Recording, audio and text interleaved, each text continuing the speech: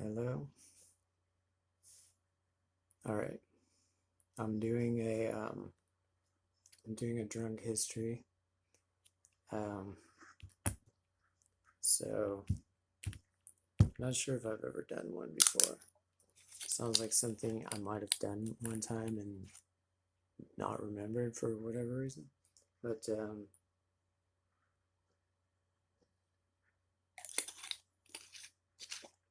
if so, I don't know where it is. So I'm gonna do one. Um so my name is Rowan Millar. I study history.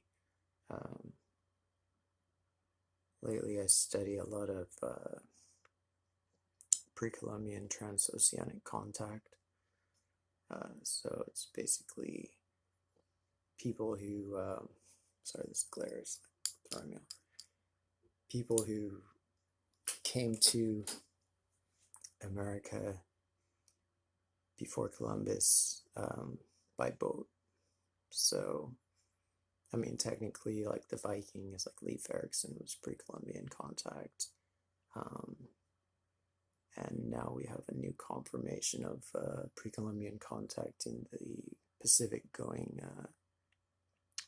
from America to into the Pacific and basically to Asia in genetic influence and the transfer of the sweet potato and cultivation and referred to by the same name uh, as was used in South America, like a variant of the name that is even currently used in Quechua. Sure, pronounce it, but the like Andean language of the Andes, or one of I think the largest language of the Andes, at least the northern Andes. Um, so yeah, I study all types of things like ancient. I study a lot of ancient stuff. So I study the Neanderthals, who were the ancient Ice Age, Ice Age, pre-Ice Age Europeans, and uh,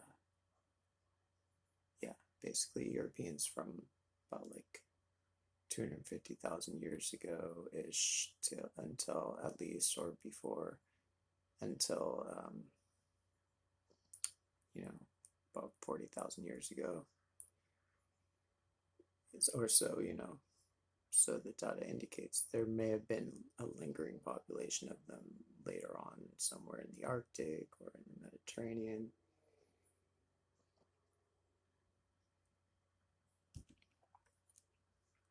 Maybe even in the Atlantic Islands, Madeira or Canaries. They seem to have lived in Crete. Although now it's seeming that there may have been sapiens in the region of Crete also from very early on, or some hominins similar to sapiens. Wow. So I'm doing a drunk history. I should be full disclosure. I'm doing a drunk HighStory. So I'm also like I smoked a bowl, also, and I forgot to mention that. So this does definitely throw a different curveball into it. But basically, what you're taught in school, what we're all taught in school, is that Columbus discovered America. I mean, I think nowadays they would tack on Leif Erikson and say also the Vikings also discovered America, but I guess nobody heard about it or nobody listened to them. Or I mean, that kind of boggles the mind, that would have happened and that nobody would have known about it. Whereas I think that that it probably might have been known, by a lot of people. And I'm not even sure. I'm kind of skeptical whether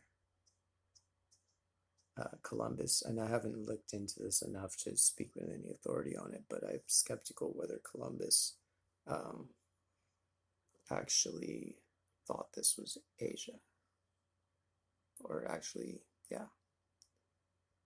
And that's just because there is so much already written and known and talked about like Western islands, like the Antilles or whatever they were called. Um,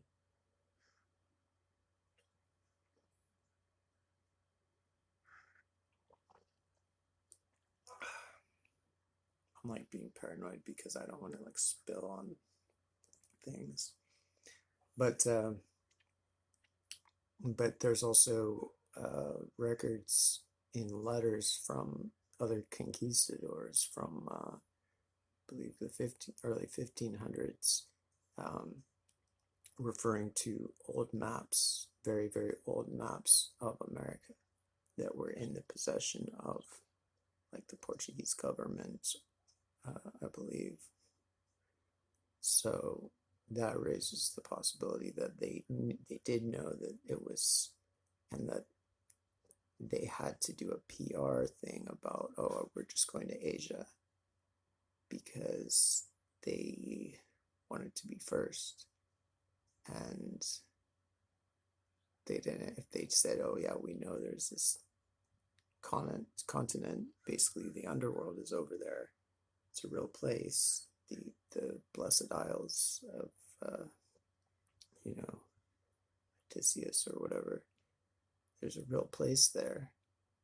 Then maybe all the nations would head over because, especially like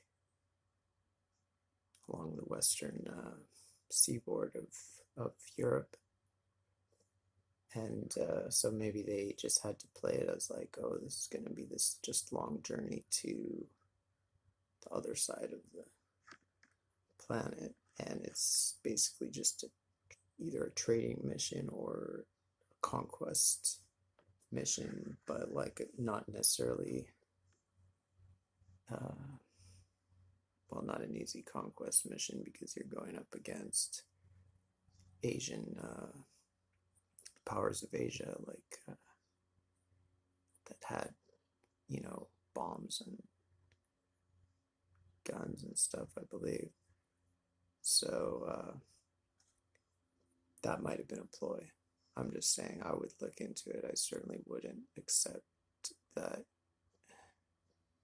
that he that he at least didn't consider that these tales are true and that there was a land in lands in the West across the sea, as many sailors and as all of history like basically had written about. Um, but I mean, and that's how I got into studying the underworld, because you find out that there actually was a tradition about America uh, in the old world, quote unquote, old world, in Eurasia, in Africa, um, going back to earliest times, certainly to early Sumer, 5,000 years ago, but presumably to at least Göbekli Tepe, uh, which is the oldest temple, or one of the oldest temples in the world. And the enclosures that have been uncovered so far are 12,000 years old. Um, so, and those are by far the most advanced and impressive enclosures, like megalithic on the scale. I think on a more impressive scale than Stonehenge. Um, I mean, to me, it's more impressive than like the Parthenon. Just all the precision of it. So it's this very ancient, 12,000-year-old structure. But there's reason to believe, um, that buried underneath, based on like uh, technology that reads under the ground, can detect different materials. They could tell that there was a similar amount of these stone, limestone pillars, which are the make up basically the structures, um, going that there's basically as many as 50 still buried. So, and since they're seem to be made and buried in a succession of time, like that, at least this is the best theory that I've heard about, is that they were aligned with the pole star, uh, and every, I don't know if it was 250 years, something like that, that they would completely bury their temple, their enclosure, completely bury it and build a new one that was aligned with the precession of the equinox, the precession of basically just the movement of these stars on the equinox where they set, I believe. So there's good reason to believe that at Göbekli Tepe there's the same symbols of cosmology about that are present in the underworld, traditions of the Sumerians and the Egyptians and others, and the Mesoamericans, the Aztecs, the Mixtecs, the Maya.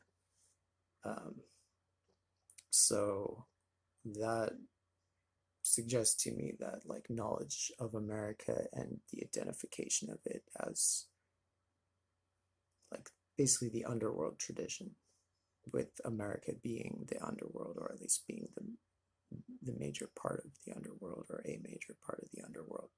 And underworld meaning here antipodal realms, meaning one's antipode is basically the lands on the opposite side of the planet.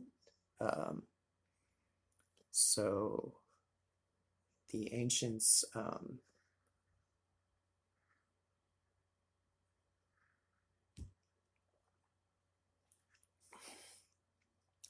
like, let's say the Babylonians, they seem to have seen the world, not literally. Like, this is the sad thing, is that modern students of anthropology and religion and all these, history, whatever, they interpret all these things totally literally, and they don't understand that a lot of it was like symbolic. It's a language, like, so they knew that, I mean, just with religion generally, they knew that this, or at least certainly the priests knew that this was symbolism. And I would imagine much of, if not most of, the laity would have known that the gods were, for the most part, just like the sun god was the sun. It's just a way to refer to actual things, immortal things, immortal entities, like, or essentially immortal entities that far outlive like any human or other life form on Earth, like the sun, the moon, the stars, the Earth itself. They were all portrayed as, I mean, they're anthropomorphized, but I think like that's treated as such a like, it's so psychologized, and it's kind of treated as, I mean, not that it's not psychological, but it's treated as kind of a disorder, almost as like compulsive, almost a neurosis, like where people anthropomorphize things. Like they say like, oh, the thunder god, like the we must appease the thunder god, and it's just some like innate like frailty or like illogical emotional aspect of human nature that they have to anthropomorphize, you know, acts of nature and then try to appease this.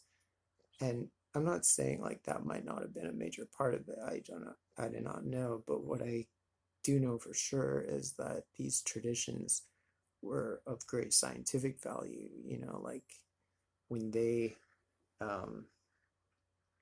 and that anthropomorphizing these entities like the sun and the moon and the earth, um, it it does uh, at least if people understand it, it's very useful because you know most of language, a lot of language relates to humans, human actions, human interactions, human experience. Therefore, you can immediately describe a lot of different, you know, things about these natural entities, these natural, these gods. You know, you can use that to explain it. Um, but also, I guess what I was saying about the Babylonians and the Mesopotamians with regards to the underworld and the antipodal uh, realms is that they saw the cosmos as like a pyramid, like a ziggurat, where it's like a step pyramid, where there's, you know, like there's a peak at the top, and there's, say, like seven, for Babylonians, I think that at least the most famous tendency was that there was seven steps basically going up, and then on from there beneath that there was seven steps going down, and there was basically an identical shape on both sides, and this was a way to divide the planet, you know, and I don't know all the ins and outs of how they did this, but it involves the measurement of the planet, you know, geodesy, um, what uh, you know, I forget who it was, the Greek who in Egypt, you know, measured the earth, um, Heraclitus or something like he, you know, put a pole, measured the, he used the sun to measure the earth, you know, he put a pole at like Thebes or something, or he knew like that the sun was like directly overhead, like at somewhere, it might have been Thebes, I'm like not sure. Then he at a certain day, on a certain day of the year, that the sun left like no shadow. I think that's what it was. So then he went to like Alexandria and he said, well, I know that it's this far from there to there. I'm going to put the same type of pole or whatever, you know, measure the shadow. And from that, like I can measure the earth like by, like I'm not in a state where I could go through the math on that with you and explain exactly how that works, unfortunately, but you should look into it. It's very cool. Um, so this is, but he was not the first to do this. Like this, or at least it's highly doubtful. You know, like the the Greeks learned so much from the Egyptians, and we, you know, are still figuring out. Like every day, we're learning some new thing that, like, oh yeah, the Egyptians knew this like before they were supposed to, or before we knew that they knew it. Um, so yeah, like, and in terms of the world being a pyramid, like for the Babylonians, like the world being divided. Like I say, it's all about geodesy. It's all about a way of dividing the earth, and just like the way that gods were anthropomorphized, um, and yet I think most of the people knew that they were not, that it was symbolic. It was an anthropomorphization of. It's like saying Mother Earth. Does everybody who says uh, Mother Earth, do they all believe that the Earth is like a woman, with female anatomy and gave birth to us? Probably not, right? But it's a metaphor, and when people understand it's a metaphor, it can become a useful metaphor because you understand immediately, like, oh yeah, right, she's our mother because she, I mean, gave us life and sustains us, whatever. Um, and whereas if you take it literally, it can be problematic, and I think that's what's happening with a lot of Egyptology, a lot of the old Orientalism and all this stuff based on it. I don't know. Um, there's a lot of nonsense to go against, but basically, I would say that one way to sum it up is um, that some people say that the gods were named after the planets, or not. What is it? That the gods. I think that's what it is. That's what I think the mainstream theory um, is that the planets, or no, the planets were named after the gods. That's it. So they just had these gods that did all this stuff, and they had Saturn and Mercury and Venus and all this, just random gods. These were like, I don't know what, fertility gods or whatever they were. And then as they eventually, figured out that there were planets, or they saw these things in the sky, they applied those names of the gods to those heavenly bodies. Um, but I do not think, like, I mean, it's not rational, you know, like when you look at all the evidence, there's so much evidence that these were used literally to say, like when they're saying, like, oh, Thoth is in the house of, you know, something, something God. It's saying that the moon, Thoth, pronunciation, I don't know, the Egyptian moon god, is in probably a certain, like, astrological, zodiacal house, uh, somewhere in the sky, a particular part of the sky.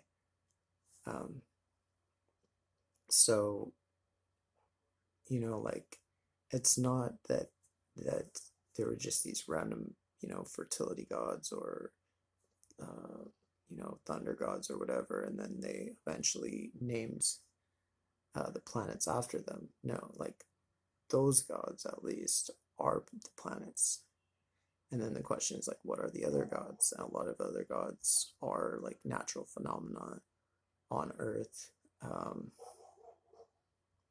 you know, I think the underworld, America itself, is tends to be a god, like in the Germanic tradition, the Nordic tradition. Hell is the name of America, seems to be, and of probably but all the antipodal realms, like the realms kind of on the other side of the planet. So I think it includes also Antarctica, and because they talk a lot in Europe about how at the end of the antipodal, like, underworld, is like the deepest pit of hell, basically, as or the inferno, as Dante said, is ice. You know, so that's like basically talking about Antarctica. Um, they also were well aware that in the underworld, people are upside down. Their gravity is the opposite of the people in the world. The people in the overworld. Um, it was also known that even the people in the underworld consider us to be their underworld. So if you read like the Surya Siddhanta, um, it's a Vedic, Hindu astronomy book from, it's at least like, 1 or 2 thousand years old, but potentially at least based on much earlier things. Um, they knew that they explained like every place in the world considers the opposite of wherever they live as to be the underworld. What in English is called hell, what in Greek is called Hades, for um, in the Vedic tradition it's called Patala and Naraka. It seems that there's maybe two.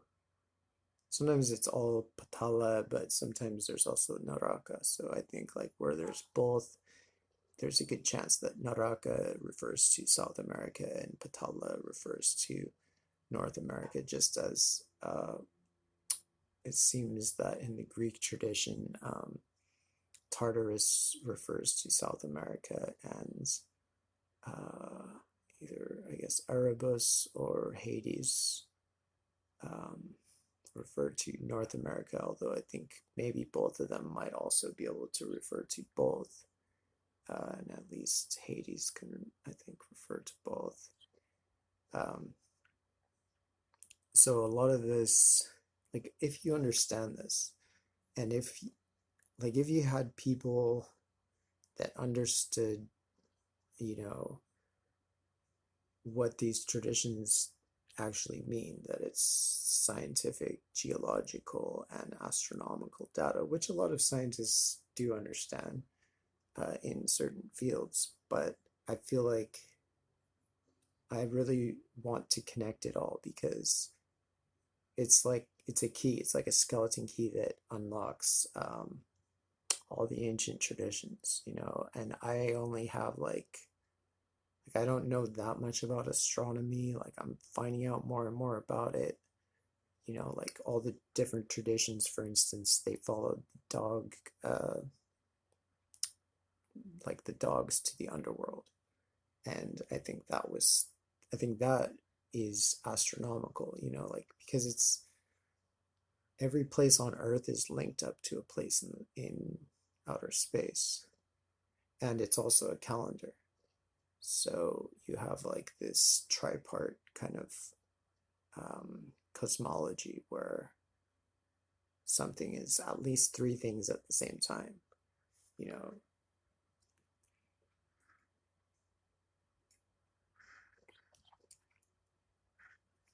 But they all followed the dog, like for the Egyptians, Anubis guarded the underworld, um, or certainly was associated with the underworld. He was like, I think Anubis led people to the underworld, basically. And, um, and for the Greeks, Cerberus, uh, I believe it was Cerberus, filled the same role, unless that was the Latin tradition, was another dog of the underworld. And a lot of times these dogs are actually, they have multiple heads, sometimes they have multiple bodies.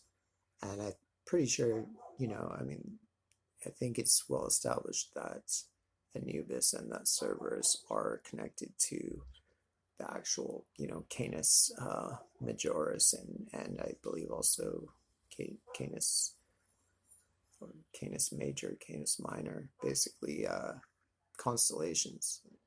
And that this, and part of this explains why the ancient tales of the gods were always focused around journeys to the underworld, because just as you might sail to the underworld, sail to America from Africa, from Egypt, or from wherever, um, you you sail west, you follow the sun, and you basically go to the land of the setting sun. Um, and for for the stars, it's like everything in the sky makes the same route, makes the same journey every day. uh, it all, like, during the day you basically just see the sun, and sometimes the moon for part of the day, and then at night you see all the stars that are visible, but they're following the same course. They're going west across the sky. So this was an easy template to build all these stories of Ishtar, Inanna, Tammuz, and all these different characters, and gods traveling down to the underworld, and then returning at certain intervals, and having interactions with the other gods. And so I think, yeah, a huge amount of this is cosmological, and I kind of resisted this explanation for a little while because I was interested in other stuff, but it comes down to being basically true. Like, the heart of, or at least one of the main focuses of ancient paganism, was simple, like very advanced science stuff that would, blow modern people's minds. How, like, their entire world was focused on the the paths of the celestial bodies in relation to the earth, in relation to each part of the earth at different seasons and different days.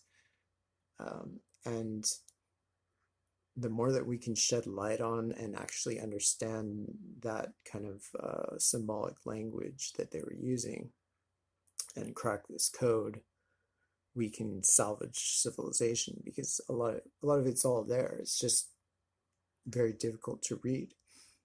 It's very difficult to understand what the hell they were talking about, because it's under all these layers of symbolism. But it can be cracked. There's a lot of stuff that I've figured out, and a lot of stuff that other people have figured out. Hamlet's Mill is a book that goes into this, and is very illuminating. All right, well, I should cut it short. It's 33 minutes here, but so that was a ramble. Whoa. Fail. All right. I mean, I don't know. Should I finish this? I feel like I should just finish this at least, since I'm doing this, or wait till the thing cuts me off, because I think this is a YouTube video, so it's going to cut me off. So what else should I talk about?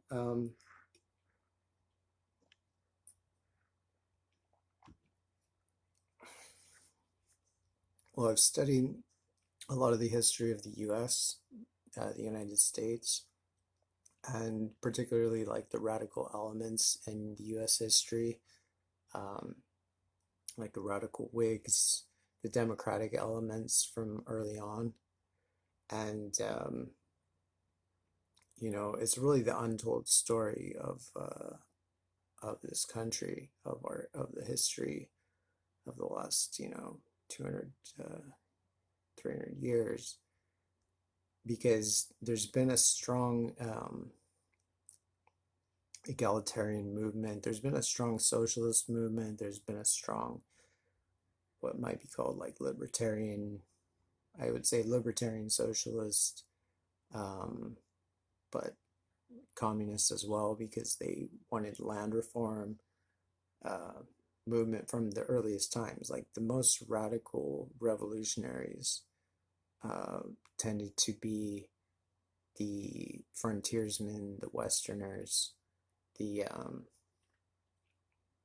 who were largely Scotch-Irish Presbyterians.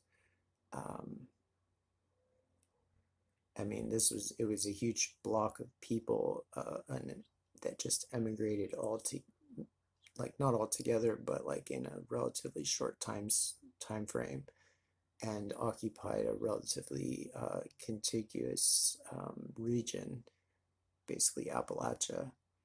Um, and they, they were the backbone of the revolution from the beginning. Like, it was because it was the Presbyterians, it was the Scotch Irish who were revolutionary from the beginning. People like Francis Allison in the middle colonies was already organizing against the British government in like the 17, you know, 50s or 40s or something like that. So, because the Presbyterians had been fighting against the crown, the Presbyterians founded liberalism in Britain, um, during the 1630s, and they had been part of the movements that had led up to that as well.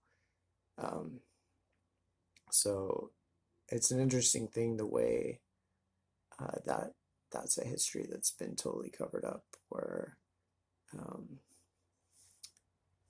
you know, I guess it's treated as like the only people that matter in the revolutionary story for most of the modern narratives are basically just the wealthy elites. But there was a lot of conflict between the wealthy elites and the rank and file revolutionaries, many of whom were really the heart and soul of the revolution. Like, um, if it had been the rich against the if just the rich had their say, if the rich people had just had a vote, there would not have been a revolution in America, because most of the wealthy, they just didn't want like a situation like that, even if it would protect their rights. They just didn't like to challenge established authority, because that could throw into, maybe people start questioning their authority in society and start questioning the land speculation, which was like this, standard practice among the elite, elites of the colonies. So, I mean, that's another thing. I hope to write, and I don't know. I don't even like, the people say like publish, and that's like seems like a dumb, like magical thing, but I hope to write and disseminate things about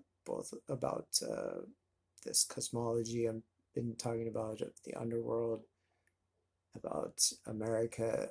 I mean, I'll probably the American history I'll probably largely address through a history of the Scotch Irish, of the Ulster Scots, because just in general, like, they've been the kind of overlooked minority population in every country. Like, in every country, they were basically the minority population. They were the minority, like radical Presbyterians in Scotland, the minority Presbyterians in Ireland, and also, their church was basically outlawed in Ireland, just like the Catholic Church was basically outlawed in Ireland by the ruling Anglicans. And then they faced a lot of the same situation in America, especially in the southern colonies, but also in the other colonies. They faced, religious persecution from the Quakers and from the Congregationalists and other Protestants. So they and these are my both my parents' paternal ancestors. So both my parents' surnames derive from Ulster Scots, but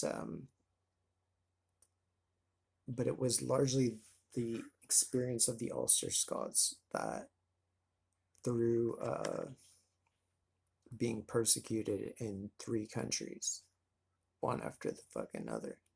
Like in the 1600s, they endured the killing times in Scotland when they were hunted down and basically killed off for being Presbyterians, um, and for being liberals, for being leftists, for being not, you know, anti-royals.